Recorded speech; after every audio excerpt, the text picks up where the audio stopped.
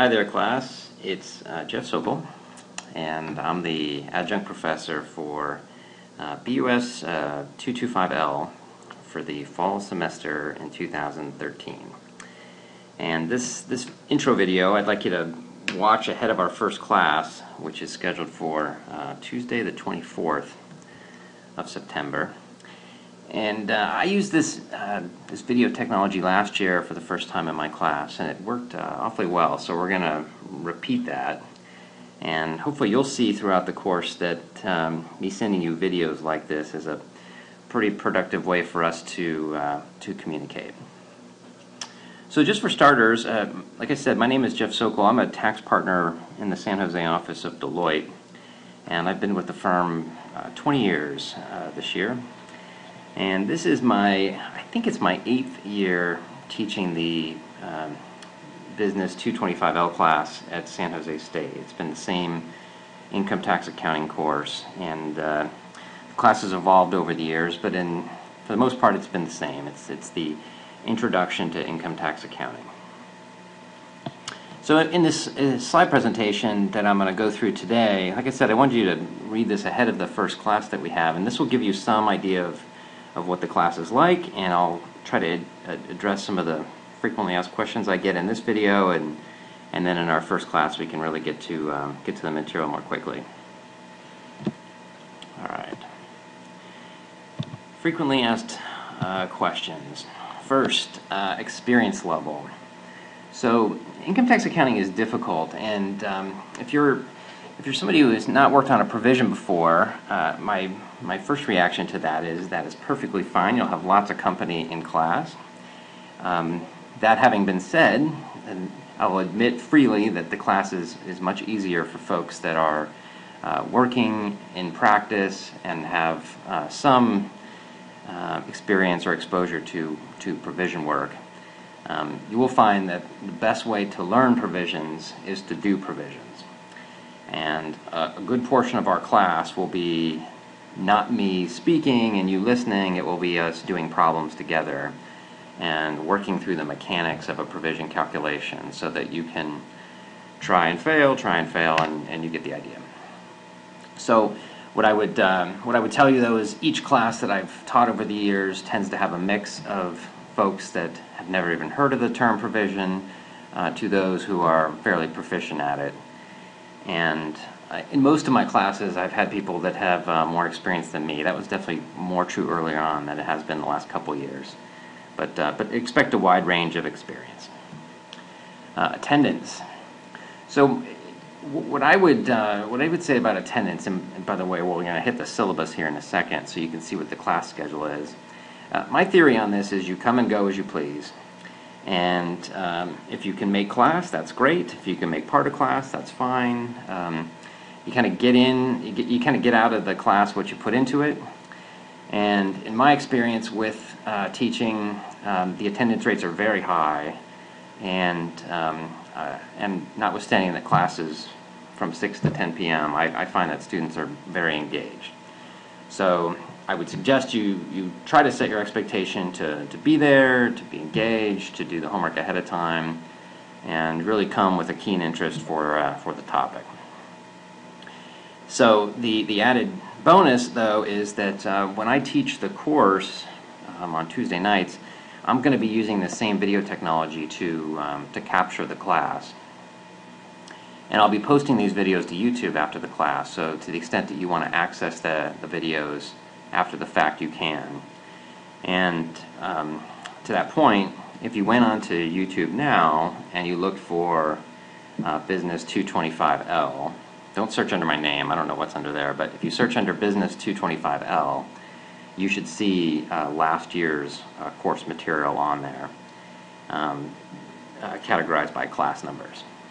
So you can have a look and see what that's all about. But notwithstanding that we were using that technology last year, the class attendance was extremely high. Syllabus, I'll get to syllabus in just a second because I have another slide on that. A frequently asked question is there a textbook? And the answer is no. In the syllabus, which we'll separately post ahead of class, there's a link to the ASC 740 guidance, which is the actual FASB guidance on the income tax accounting rules. And so we're going to have our reading straight from that. Everything else I'll provide to you, so all the class problems, some of the other incremental reading that we'll do, I'll separately provide. And what you'll find is in class we will have one and sometimes two teacher assistants helping me, and those folks will be emailing you guys some of the incremental materials pretty regularly. And then the last question is there homework for the first class? And the answer is yes, and I will explain that at the end of this video. Okay, class schedule. So this is an excerpt of the larger syllabus that we'll go over in the first night of class. And I wanted you to see this schedule for a few reasons now. The first reason, and I know you already realize that we're starting class a week later than some of your classes if you're taking others in the MST programs. We're starting on Tuesday the 24th, okay? That's our first class. And one of the things you might notice is that we are actually skipping a class in here. We are skipping the class for November 19th, and that is because I've got some travel planned. Okay, so we're not having class on that night, nor are we having class the week of Thanksgiving, which would have been slipped into there as well. So there's a pretty big break in time between class 8 and class 9. Other things I want you to focus on, the exam. The exam is currently scheduled for November 5th. So you'll see we have two kind of principal testing items. One is the exam on November 5th, and then the second is a final exercise that we are going to make due right before Thanksgiving. And I'll tell you more about that in our first night of class. And then the last thing I wanted you to focus on is our last class is scheduled for 12/10, December 10th. And that date is a week later than class was scheduled to end. And so in class, when we're meeting on the 24th, I want to hear from you whether that creates any schedule conflicts for folks in the group. Because I realize we've tweaked things a little bit around my travel schedule, and if that presents problems for folks, then we can adjust accordingly and go to some sort of plan B. Okay, but if I had my druthers, this is the schedule we'd follow. Okay? So a couple other things to note. One of the things that I like doing in class, I've done for a number of years now, and we'll repeat it again this year, is you will find that one of the homework assignments for every class is to read a Form 10K, an annual report for a public company. And what I try to get you to do in that homework assignment is to take what you've learned in class about a provision and then pull up a company's annual report and see if you can apply it to that company. Meaning, what can you learn about a company's tax provision based upon what you've learned in class? And then a few times throughout the course, I'll have the tax directors from public companies that will be the subject of the homework assignment. I'll have them come in, and you can ask them questions about their tax provision, their tax footnote. And this year, at least as it stands now, we have 3 speakers coming, which is kind of the norm. We have a friend of mine from NetApp, which used to be Network Appliance, the tax director for Salesforce, which is a cloud-based company up in the city. I'm sure a lot of you have heard of them. And then LinkedIn, just up the road here. And so we'll have their tax director come and talk about their tax provision. And these 3 companies are very different, but they certainly have in common that they're fairly cutting-edge Silicon Valley technology companies. And so in addition to me kind of teaching you about income tax accounting and the FASB guidance and the mechanics, through reading these annual reports and talking to these tax directors in class, you get I think a good window into real life tax provisions. All right, so that's the syllabus.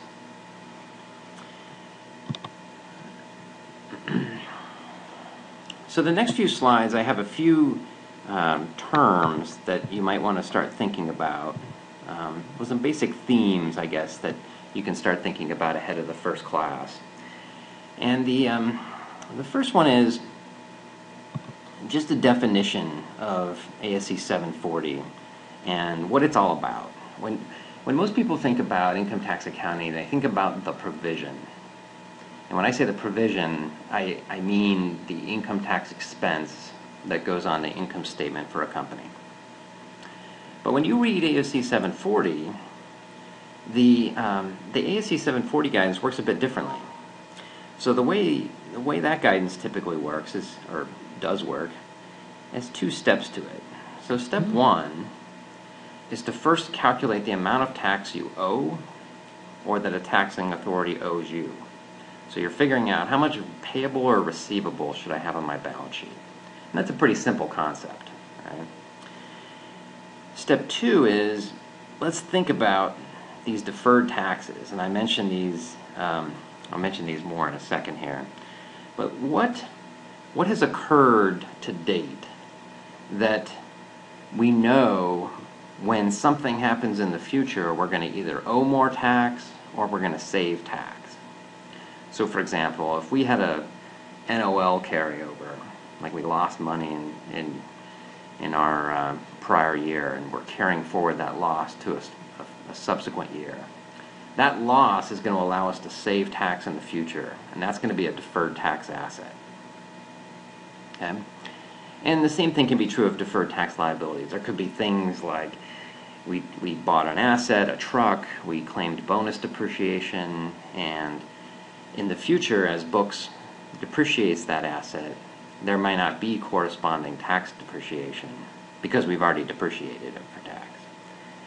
And that future lack of tax depreciation to follow what books is going to expense, that would create a deferred tax liability.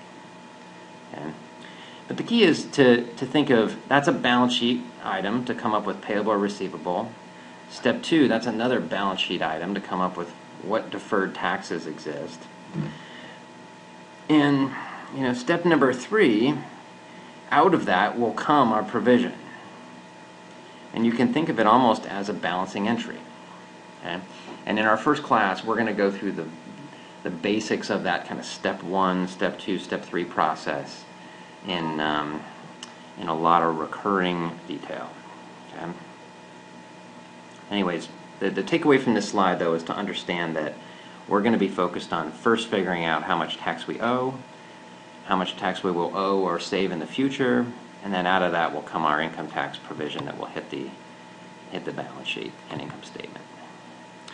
Okay, so I included on the next couple slides, just to help you a bit, excerpts out of the financial statements for Nordstrom's. And the reason I did that is I wanted you to get a little bit of a head start on where do I find the balances for income tax accounts if I'm looking for them. Okay, and like I said, we're starting with the balance sheet. Because one skill you need to quickly pick up is if I pull up a company's annual report, where do I find out about their taxes? What can I learn about this company? Okay. And so for starters, we would just find out, well, where are their tax balances?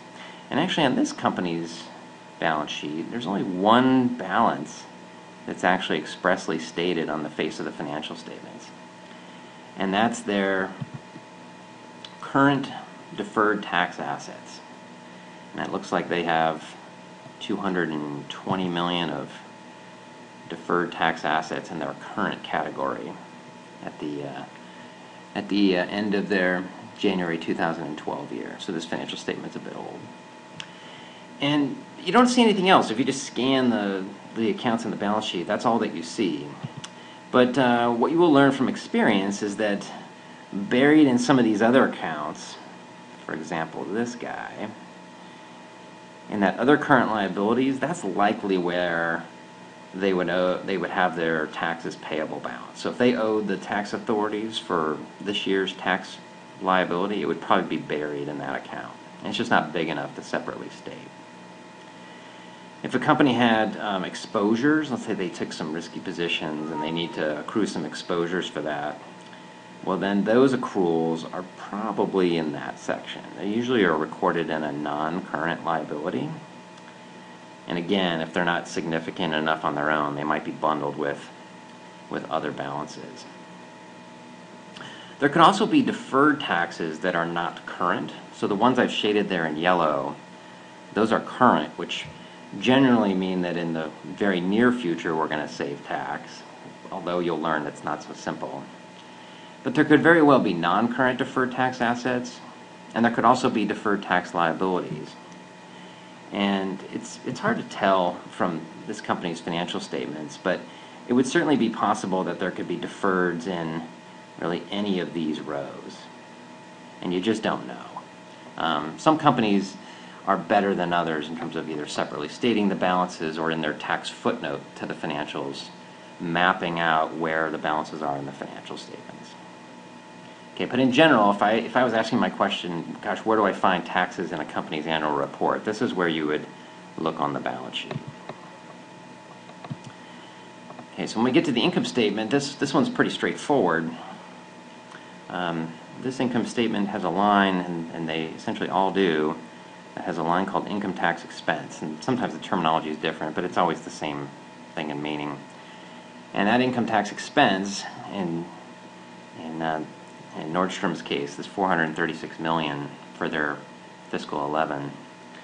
That is their U.S. GAAP accrual accounting expense for taxes. That's not necessarily the taxes that they paid. That's their accrual for taxes for that year. And we're going to learn a whole bunch about how to compute that number. And sometimes when people ask me what I do for a living, like I talk to my extended family and they want to understand what I do when I go to work, I usually explain that I work on that one line of an income statement. That's what I do. Okay. You will find that as we start class that we're going to follow this general structure, and it'll take us, I don't know, 3 or 4 classes at least to kind of get through these steps.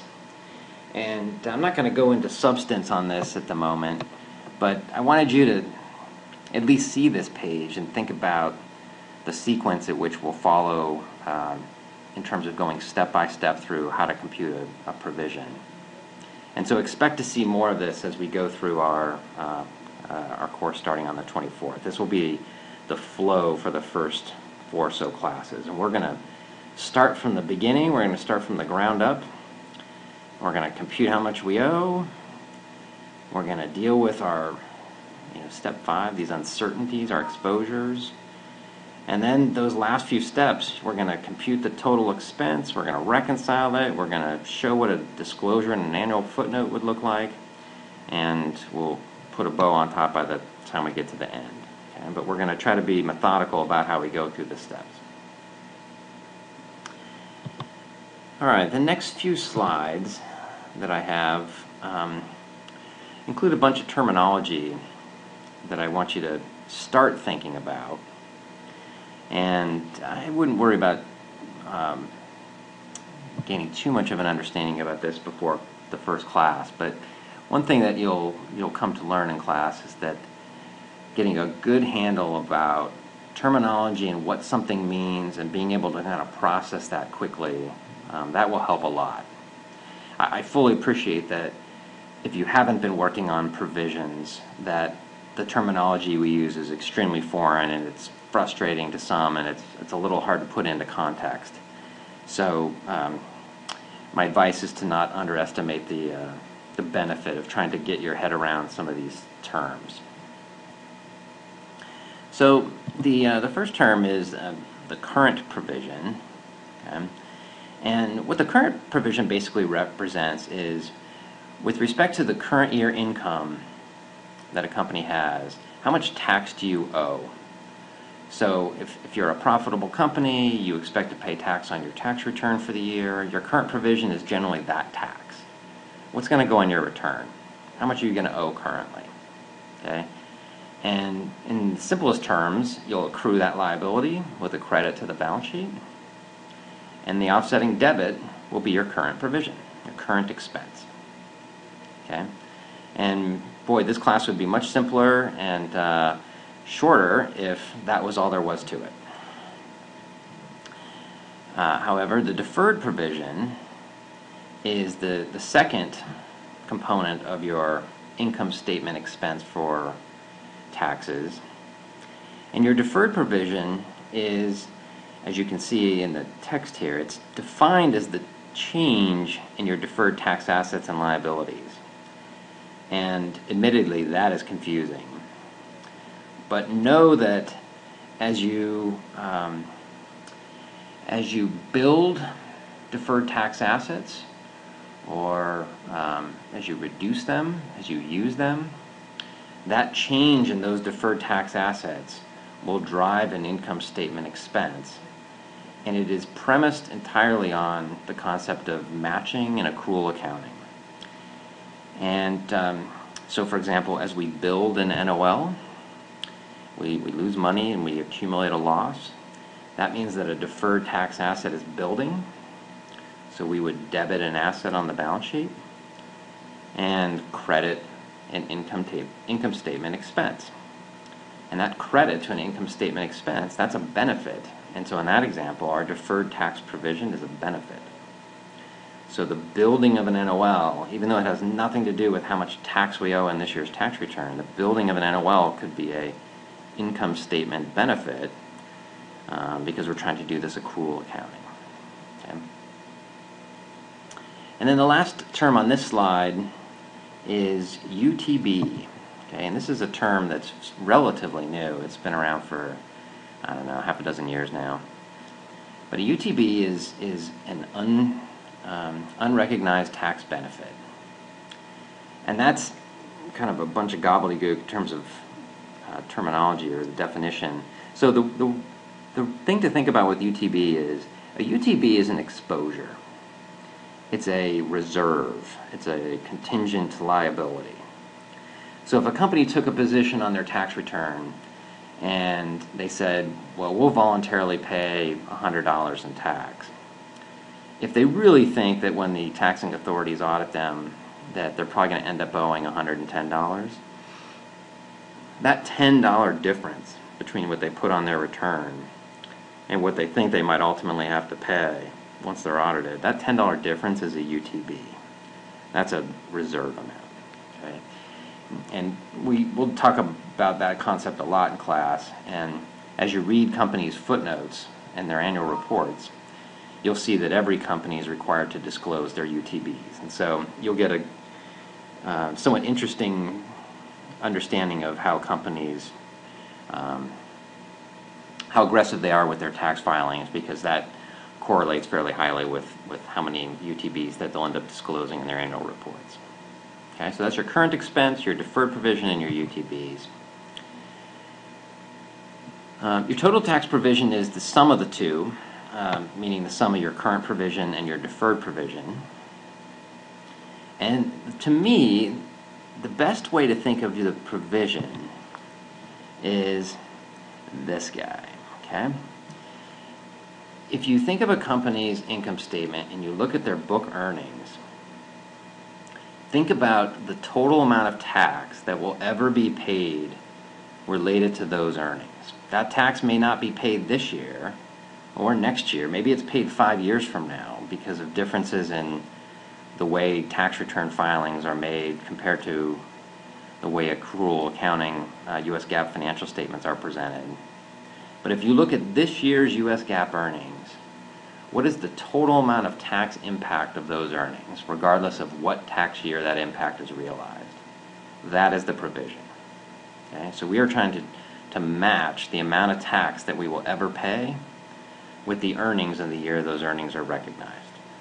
And that is the key, or the most kind of fundamental theory behind our income tax accounting guidance. All right, I've already explained deferred tax assets and liabilities, and I'm not going to spend any more time on it in this intro video. Trust me, we'll learn a lot about this in class. The last term I think I'll add here is effective tax rate. So you can see that I've shown it right here. effective tax rate. This is important because there's so many publicly traded companies in Silicon Valley, and tax professionals that work with those companies will always refer to a company's ETR or effective tax rate, and you'll want to understand clearly what that is. Okay, and that is the company's provision. Remember, and that's all the taxes a company will ever pay on its earnings, divided by the earnings, or divided by profit before tax. That ratio will be your effective tax rate percentage. Okay? So if you had a provision of 400 and earnings of 1,000, your effective tax rate would be 40%. And as I suspect you've already started thinking, the lower that effective tax rate is, the happier the CFO of the organization will be. And the lower that tax rate is, the higher your net income is, the higher your earnings per share is, etc. But know that companies will evaluate themselves on that effective tax rate. And there are certain industries that lend themselves to lower rates versus higher rates. There are certain companies, in terms of their level of profits or their geographic mix of profits, that will drive their effective tax rate higher or lower. And as you do your homework, that will be the first thing that you try to understand is, what is a company's effective tax rate? Why is it higher than others? Why is it lower than others? Why is it higher or lower than last year?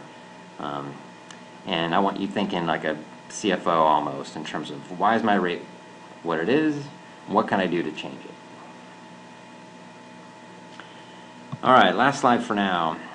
So for class number 1, what I'd like you to do is to pick up the Nordstrom's 10K for their most recent year. So in the slides earlier, I included an excerpt from one of their older annual reports. So go get their 10K from the most recent year end that they have a 10K on file for, which should be January of 2013. And I want you to come prepared to class to answer these 3 questions. Okay, what's their effective rate? How does it differ from the statutory rate? So if their effective rate is other than 35%, which is what the U.S. federal statutory tax rate is, I want to understand why. What can you learn from looking at their annual report to explain why? And then finally, if you had a few minutes with the CFO, what would you ask him about his or her tax footnote? And I realize that we're just starting class, and that might be somewhat difficult, but you'll find that the Nordstrom's tax footnote is pretty straightforward. It's why we use it for the first example in class. But the question is, what would you talk to the CFO about? Like having a high-level conversation about taxes and what's presented in their financial statements. What would be interesting? Okay, so that's your introductory video. What you'll learn in using these videos is, if you found that I went too quickly through anything, one of the best attributes of this technology is you can just scroll back and watch a section again at your leisure. And so if any of this was too quick, I'd encourage you to do that. And if you have any questions ahead of class, you should be able to access my email through the syllabus that we'll post online. You can send me a note. Otherwise, I'll see you in class. Take care.